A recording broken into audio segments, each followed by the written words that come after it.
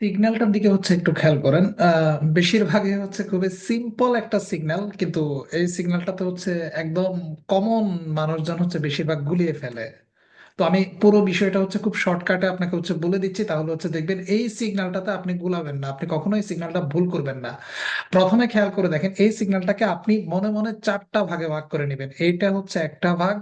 তারপরে ধরে নেবেন এই যে মাঝখানে পিয়াচেন্সা যে শব্দটা লিখছে, এটা একটা শহরের নাম, এটা আরেকটা ভাগ। তারপরে এটা আরেকটা ভাগ। তার মানে এই সিগন্যাল আমি তিনটা ভাগ পাচ্ছি, তাই না? তিনটা ভাগে আমি এই সিগন্যালটাকে ভাগ করে নিলাম। খুব ভালো কথা। এটা আমার প্রথম কাজ। দ্বিতীয় কাজ যেটা, সেটা এই যে সিগন্যালটা আমি দেখতে পাচ্ছি, এই সিগন্যালটা মনে রাখবেন, এটা শুধুমাত্র আউতু এস্ত্রাদাতে আপনি পাবেন। তার মানে দ্বিতীয় স্টেপটা আপনি বুঝলেন। এবার খেয়াল করে দেখেন, ধরেন আপনার গাড়ি এই সিগন্যালটা বরাবর এসে পৌঁছাইলো। মনে করেন যে এটা আপনার গাড়ি, বা আপনি এই সিগন্যালটা বরাবর এসে পৌঁছালেন। পৌঁছানোর পরে আপনি এই সিগন্যালটা দেখলেন। দেখার পরে প্রথম যে যে জিনিসটা আপনি দেখতে পাচ্ছেন, যেখানে 54 মানে চিনকোয়ান্তা কোয়াত্রো লেখা, এটার মানে কি?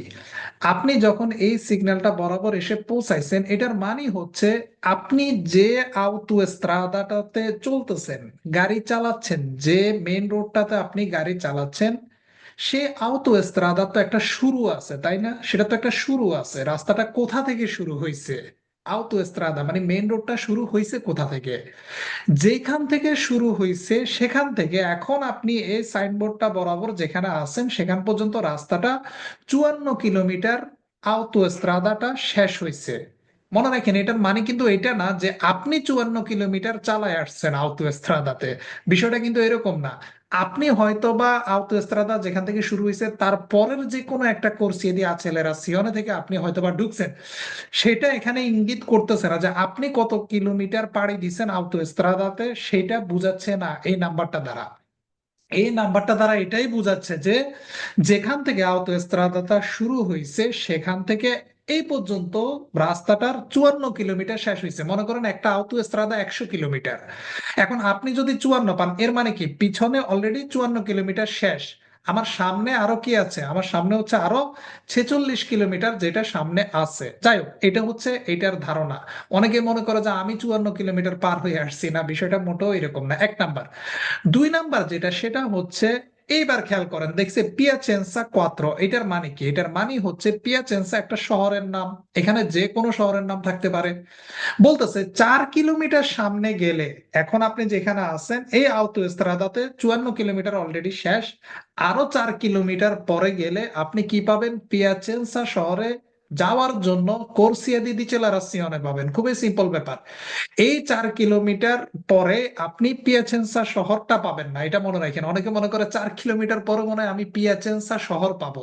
না, পিয়াচেন্সা শহর কত কিলোমিটার পরে এটা আমরা জানি না, কিন্তু 4 কিলোমিটার পরে গেলে আমি আউতোস্ত্রাদা থেকে বের হওয়ার জন্য কি পাবো? পিয়াচেন্সা শহরে যেন আমি পৌঁছাইতে পারি, সেটার জন্য আমি একটা কোর্সিয়া দি ডিচেলারাসিওনে পাবো, একটা ইসবিঙ্কোলো পাবো, অথবা একটা কি পাবো, ইসবিঙ্কোলো পাবো, মানে একটা জংশন পাবো, যেটা দিয়ে আমি কি করব?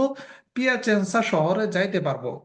প্রথমটার মানে যেটা, সেটা আউতো এস্ত্রাদা যেখান থেকে শুরু হয়েছে সেখান থেকে এই পর্যন্ত 54 কিলোমিটার। এটা নাম্বার যা আছে তাই হবে।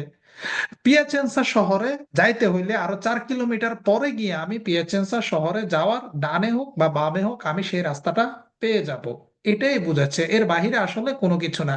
আমরা যেখানে ভুলগুলা করি সেটা প্রথম ভুল করি যেটা, সেটা আমরা মনে করি যে এটা কি আমি 54 কিলোমিটার গাড়ি চালায় আসছি, 4 কিলোমিটার পরে পিয়াসেন্সা শহর পাবো। না, এরকম চিন্তা ভাবনা মোটেও রাখা যাবে না। আশা করি আপনাদের এতটুকু কাজে লাগবে। ভালো থাকবেন সবাই। আল্লাহ হাফেজ।